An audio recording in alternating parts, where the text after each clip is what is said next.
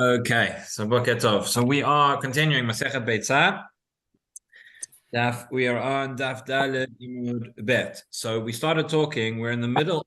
There are three cases, three machlokot amoraim regarding where an egg is laid on one day. We have 2 consecutive days of kedusha, and the question is, if the egg is laid on the first day, will it be permitted on the second day? So the first case was the question of Shabbat and Yom Tov. We say we have Shabbat and Yom Tov one after the other. The order here is insignificant. And we said that there we had a machloket between Rav and Rabbi Yochanan. That Rabbi Yochanan said it would be permitted on the second day, and Rav said it would be forbidden. We also saw the Gemara said, Rava says that with these 3 cases, we've only just seen the first one, but on Daf Dalet Amud Bet, the second line towards the end, it said, Amar Rava, Hilchta kvatei de Rav b'hanei plat. It's not always going to be Rav versus Rabbi Yochanan, but in these 3 cases, we're going to say that halacha follows Rav in all 3, bein lakula, bein lechumra, whether it's lakula or lechumra, as we will see. And then tangentially, we get onto this issue, which is related. Again, what we said was that if you have Shabbat and then Yom Tov, or Yom Tov and then Shabbat, an egg which is laid on the first day is Rav says it's going to be forbidden on the second day. Rabbi Yochanan said it will be permitted on the second day. So now we have what could be a contradiction, seems to be a contradiction in Rabbi Yochanan's opinion, and he's going to explain to us why it's not. So on the fourth line of Daf Dalet Amud Bet says, Amar Rabbi Yochanan etzim shenashlu min hadekel b'Shabbat asur lasikan b'Yom Tov ve'al teshiveni Beitzah. So Rabbi Yochanan says, if you have trees, you have branches which fall off the tree on Shabbat, you cannot use them. Now, let's say they fall directly into your oven. You cannot use them on Yom Tov. They're still going to be considered muktzeh. The alta shiveni Beitzah. Don't say this contradicts what I said regarding Beitzah. Even though Beitzah, we said it was muktzeh on the first day, but you could use it on the second day. Yeah, with the Eitzim, it's not the same case. Ma'itama Beitzah mishum de b'yom anami chazya legoma v'lo kashalila ad lemachar. Since regarding the Beitzah, so you could have theoretically used it on the first day. You could have used it on Shabbat. You could have swallowed the egg. The only reason you can't is because it's muktzah, because it's been laid on that day. But the egg is not inherently forbidden on Shabbat. So since Beitzah mishum de beyoma nami chazya legoma v'lo kashali la'ad lemachar, but nonetheless we forbid it until the next day. Meida yadia debat yoma asalua. So everybody understands that on the day that it was laid, it's going to be forbidden.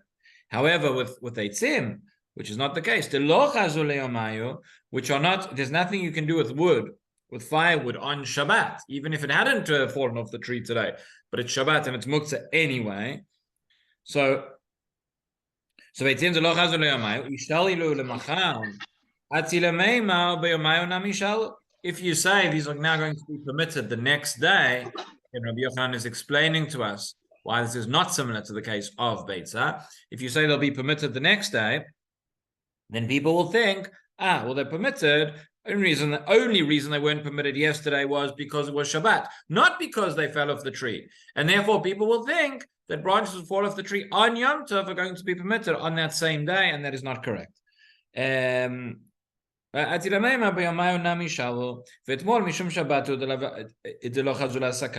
was only because yesterday that it was Shabbat that you couldn't use them, not because of the fact that it was that they'd fallen off the tree. So that is how we make a distinction between those 2 cases. Now, Amar of Matna. So we're about a third of the way down on the page. Amar of Matna. Eitzim shenashru min hadekel letoch hatano b'yom tov malbeh aleim eitzim muchanim umasikan. So now the case is like this. So Ramana, these branches fell off the tree straight into the oven on Yom Tov. So it's on Yom Tov, the same day they fell off. So we said on Yom Tov itself, these branches are muktzah because they started off being on the tree. So they themselves are muktzah, they themselves are forbidden. However, if they fall straight into the oven, so you're not moving them, but what you can do is that you can add on you have your pile of wood, which you were going to use to light the oven on Yom Tov. So you bring that wood and you add it onto the pile. And now these branches which have fallen off the tree, which they themselves are muktzah, are going to be batel barov, and the whole thing would then be permitted. So, right, it's interesting. We'll talk in a moment. Notice that Rav Madne says the language here is marbeh alehem etzim muchanim. So what does marbeh mean? Marbeh means to increase. So the implication is, possibly, according to one opinion of this, it's only when, this is how the Shulchan Aruch is going to paskin as well, it's only when they've fallen in and there's already a mixture. The point is, you don't now just have these muktzah branches inside the oven. You had some wood there as well, not enough. So it's not enough to nullify it, that you don't have a majority against that which is asur. But it is in a tarovet. If it was just the forbidden wood by itself, so then that would not be the case. But since it's already there and it's already a mixture, so then we say, marbeh, you can increase more in order that you should get the ratio of bitul barov. So marbeh alehem etzim muchanim u'masikat. Asks the Gemara, it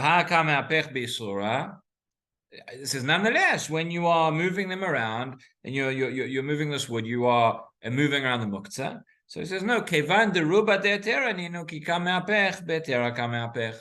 Since now it's batel barov, since the majority is permitted, kevan deruba de'teraninu ki kame'apech, when you move it, you're moving that which is permitted. It's all become permitted. Asks the Gemara, but by doing this, by coming along and adding on, you are nullifying an isur, and that is something you're not allowed to do. You're not allowed to be. We say that if something is batel barov, it's nullified within a mixture, whatever it is. If that happens inadvertently, okay, then it becomes permitted. But to go and do that lekatchila, that is an isur of batel isur lekatchila. V'tnan einu vadlin isur lekatchila. We learn out in the Mishnah. We learn out in the case of trumot. That's the source for this halacha is that we aren't mevatel and isur lekatchila. So answers the Gemara, anei mile bidoraita aval midrabanan mevatl. He says that when it comes to an isur doraita, we say that there is no. We say that you cannot be mevatel isur lekatchila, but when it comes to midrabanan, we say mevatlin. Right? We're going to have a bit of a problem on this according to Rashi, because if you remember when Rashi learned out in terms of hachana de Rabba, Rashi seemed to imply that muktzah may actually be doraita. It's a unique opinion amongst the Rishonim. Most of the Rishonim understand muktzah to be completely d'Rabbanan, but in this case, Rashi may understand it to be doraita. So we'll have to see how he understands. But just a point over here, which Tosfot points out, because the truth is there are many isurim d'Rabbanan where we still say ein mevatlin isur lekatchila. So Tosfot, he adds another level to this. He says, if you have a look about halfway through the Tosfot, it says v'yesh lomar. There's a line which begins alav vivatel, and so it says yesh lomar tehad amar bidrabanan mevatlin. He says that which we say that when it comes to midrabanan you can be mevatel isur lekatchila. Hainu b'davar she'ikaro midrabanan kegon muktzeh. He says, if you have something that is fundamentally a rabbinic concept, such as muktzeh, there is no muktzeh midoraita. Muktzeh itself is only midrabanan. So there we would say, and that's our case with these branches, it's a case of muktzeh, there we'd say mevadlin isur lekatchila. However, he says, something which is, the concept is fundamentally a doraita prohibition. Kigon truma, for example, truma. We have a concept of truma midoraita. Not everything is included in truma midoraita, right? We have truma midoraita and we have truma midrabanan. Well, I think we've mentioned before that certainly according to Rashi and according to other Rishonim, it's only tirosh dagan v'itzar from which you take trumot and masrot on a doraita level. Everything else would be a rabbinic level, or fruits, etc. That according to just about all the Rishonim, that would be truma midrabanan. So he says, since you have a concept of truma doraita, dvar shekrot midoraita, gon truma, di kashum davar doraita, kagon dagan tirosh v'itzar. So then he says, Afilu b'makom she'eino ela midrabanan. So since truma is inherently a doraita concept, if you have a specific instance where it's drabanan, kegon b'shabelot ein mevatlin, then we'd still say ein mevatlin. So that's just Tosfot adding another level to this. When the Gemara says hanemili b'doraita aval b'drabanan mevatlin, it means to say something which is inherently or has an ikar midoraita, even if this instance is drabanan, we don't say mevatlin isor. But if it's something which is completely midrabanan, no concept in the Torah of it, then we could say mevatlin isur l'katchila, and that is our case over here regarding muktzeh. But now, Gemara has another question. It says l'Rav Ashi, de'amar kol davar sheyesh lo matilin, afilu b'drabanan lo batil ma'ika l'meim. So we mentioned previously this concept we have here of davar sheyesh lo matirin. Davar sheyesh lo matirin, meaning right now it's forbidden, but if I don't do anything, a time will come when it's going to be permitted again. And this is the case of muktzeh, right? Once Yom Tov is out, then it's not muktzeh anymore because it's not Yom Tov. So therefore it's a davar sheyesh lo matirin. So says Rav Ashi, so something which is a davar sheyesh lo matirin, even if it's midrabanan, there's not going to be bittul for it. There's not going to be bittul. And therefore, we are left with a question. By the way, another example, another case where this davar sheyesh lo matirin comes up. So, for example, which maybe fits in a bit better with the language. Let's say cutlery. Let's say I have a fork, which a meaty fork, which I used in a milky pot or whatever it is. So then that's something which is it's now has a forbidden taste, and I'm not allowed to use it. If that gets mixed up with all the other forks, and I don't know which one it was, so there's a discussion. On the one hand, maybe we'll say that it's batel barov, that it's nullified, and therefore I don't have to kasher it, I don't have to do anything. You might say over there, maybe I could call it a davar sheyesh lo matirin. Why? Because the way that I could make it permitted, I don't have to rely on the nullification. I could make it permitted by doing hagala. And it's with a fork or something like that. It's relatively straightforward to do hagala. So davar sheyesh lo matirin might not just be something about time. It might be there's a way to make it mutar. There's a way to make it mutar without relying on the bittul. That might be in terms of time. That might be in terms of an action. Okay, but either way. So, but that is therefore, since you have another way, another method of making it mutar, you would not be allowed to rely on this bittul. But the case that I mentioned, it's discussion. I'm not giving a psak halacha in terms of that particular question. But so therefore, going back to our case. So Rav Ashi says, Rav Ashi tamar kol davar sheyesh lo matirin afilu b'drabanan lo batil ma'ika l'meima. So the answer is, hanei milei hecha de'ite le'isura be'inei. Hacha mikla ka le'isur. He says that which we said that it's never going to be batel, that applies and that is correct where where the isur remains intact. Whatever object it is, whatever forbidden object, it's there. The isur is there. The prohibition is be'ene. It's intact.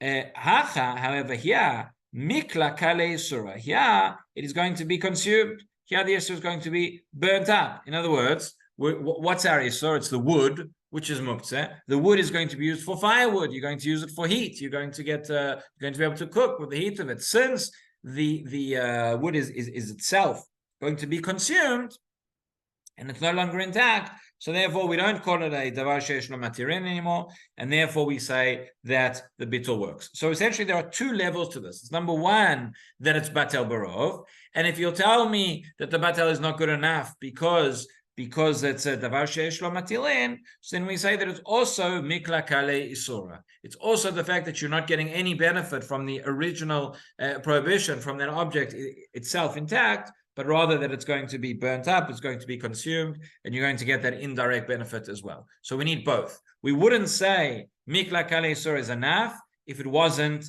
batel barov, and we wouldn't say batel barov is enough if it isn't mikla kale isura. Now the truth is that there are two ways of reading this.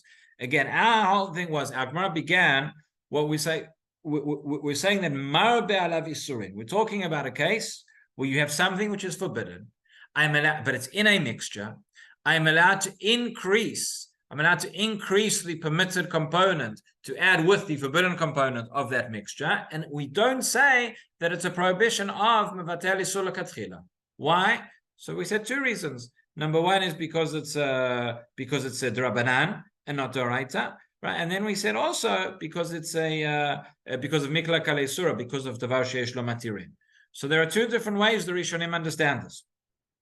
The two ways that they understand the svara of mikla kalei surah, there are those who say that were it not a davar sheyesh lo matirin, then it would be enough just to add on. Because it's an isur d'Rabbanan, you can add on that which is permitted, and that's fine, and you could get benefit from it.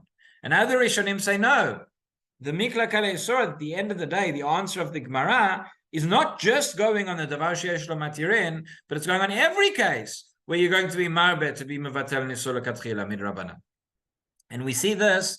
There seems to be a stira in the Shulchan Aruch regarding this point, and it's related to Chanukah, which is coming up soon, which is a nice coincidence in our learning. So let me show you what the Shulchan Aruch has to say about this point. There's a stira here, which everybody points out. Let me share the screen.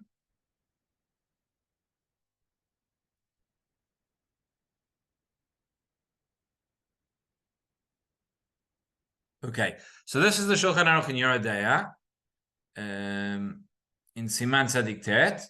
He says as follows: Isur shel divreihem. So if you have a prohibition, again, it has to be d'Rabbanan. We're not talking about d'Oraita. It has to be d'Rabbanan, otherwise there's nothing to talk about. En ma'avin oto biyadayim k'dei levatlo. So that's the first point. Says the Shulchan Aruch, you can't come along, purposefully and take something, a forbidden food, and mix it, even if it's d'Rabbanan, mix it with something else in order to be mevatel. You can't do that. That's bitul isur l'katchila. That's the definition. V'masachen b'meizid asur. And if you did it intentionally, that is forbidden. However, aval, im nafal me'atzmo, if the bit of truma, whatever it is, fell by itself, ve'ein b'heter kedei levatlo. Again, so the mixture's already been created. The mixture's there. Only it's 50-50 or whatever it is. It's not, if it's truma, it needs to be 101 to 1. But if it's it doesn't have the majority, the requisite amount. So then, says the Shulchan Aruch, okay, mar be'alaf u'mevatlo. That's our Gemara. You can increase it, and that is fine. Notice he doesn't say anything more. Says the Rama, v'yesh omrim de'en levatel isur d'Rabbanan u'losif alav k'mo b'isur d'Oraita. The Rama says there are those who say you shouldn't do this. V'chein noagin ve'en leshanot. Okay, so he is more stringent. That is the Shulchan Aruch over here in Yoredeya. So the Shulchan Aruch says, doesn't mention anything about mikla kalei surah. It just says the simple pshat, where it's not a davar sheyesh lo matirin, it's an isur d'Rabbanan, it's been mixed up, you can add on to it, and that is fine. Now, the Shulchan Aruch over here in Ilchot Chanukah, Siman Taf Reish Ayin Zayin, says like this: the last seif in the Siman, talking about what if you have a candle, what if you have oil which you have set aside, which is muktzeh, right? It's muktzeh for the Chanukah lights, muktzeh in the sense of designated. So it's been set aside for that. You can't use it for anything else. And you have oil now, which is left over at the end. You miscalculate it or whatever it is, and you have nothing else to do with this oil. So he says, if you have oil left over on the 8th day, oil that you need for the time of for the amount that you need in order to light your Chanukah lights. Okay, the reason he says l'shur hadlaka is each night we know there's a minimum amount which the candles have to be burning. So if you have extra oil beyond that, that's a header. That's not part of this, but this is part of the oil which is needed for that amount. Right, you have to burn it separately because it was set aside, it was designated for the mitzvah. You can't do anything else with it.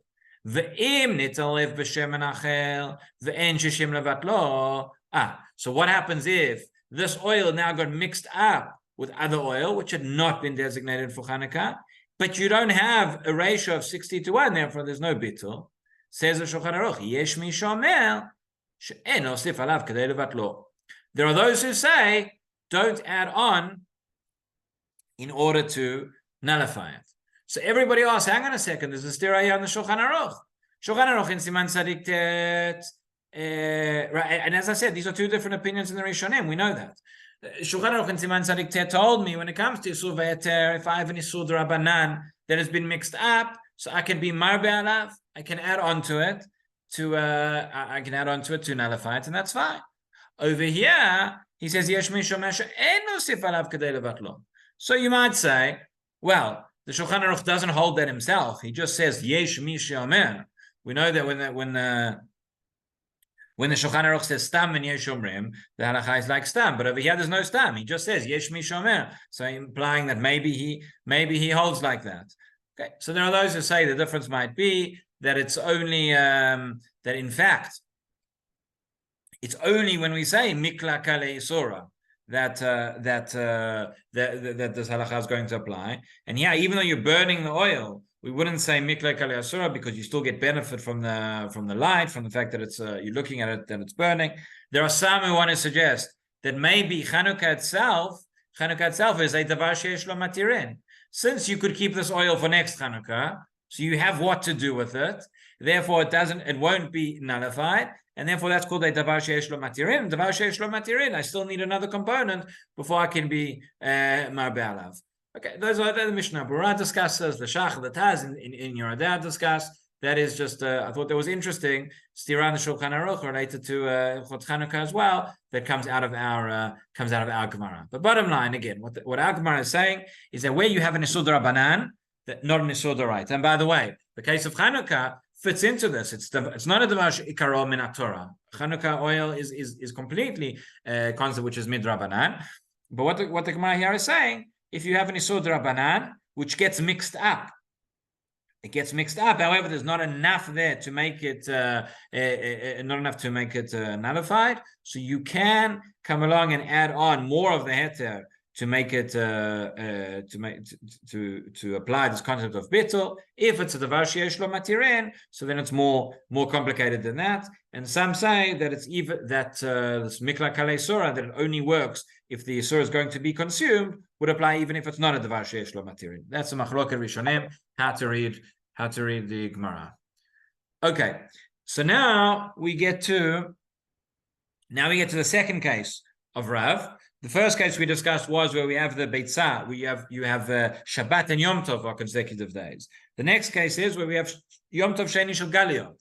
This does not apply in Eretz Yisrael, but it applies in Chutz La'aretz. So you have 2 days of Yom Tov. So what happens if the egg is laid on the first day? Would it be permitted now for consumption on the second day? Says the Gemara, we're now 3 lines up from the end of the narrow lines, and the fourth word of the line, Itma. Shnei Yamim Tovim Shel Galiot.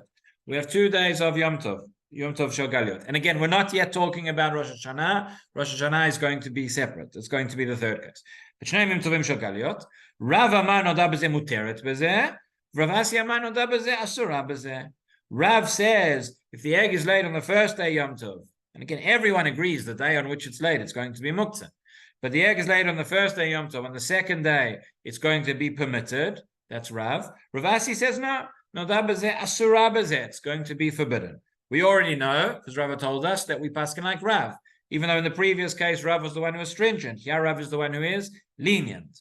Okay, so what is the machloket? Why does Rav say it's permitted, and why does Rav Asi say that it's forbidden? The first suggestion is Leima kasav Rav Asi kudusha achati. Maybe Rav Asi says again, same svara that we asked previously. Rav Asi says it's forbidden. Maybe he holds that it's kedusha achat. In other words, that the 2 days of Yom Tov are considered like one long day, one continuous day, and therefore, if it's muktzah at the beginning of the Yom Tov, it's going to be muktzah at the end of the Yom Tov. Lema kasav Rav Asi kedusha achati.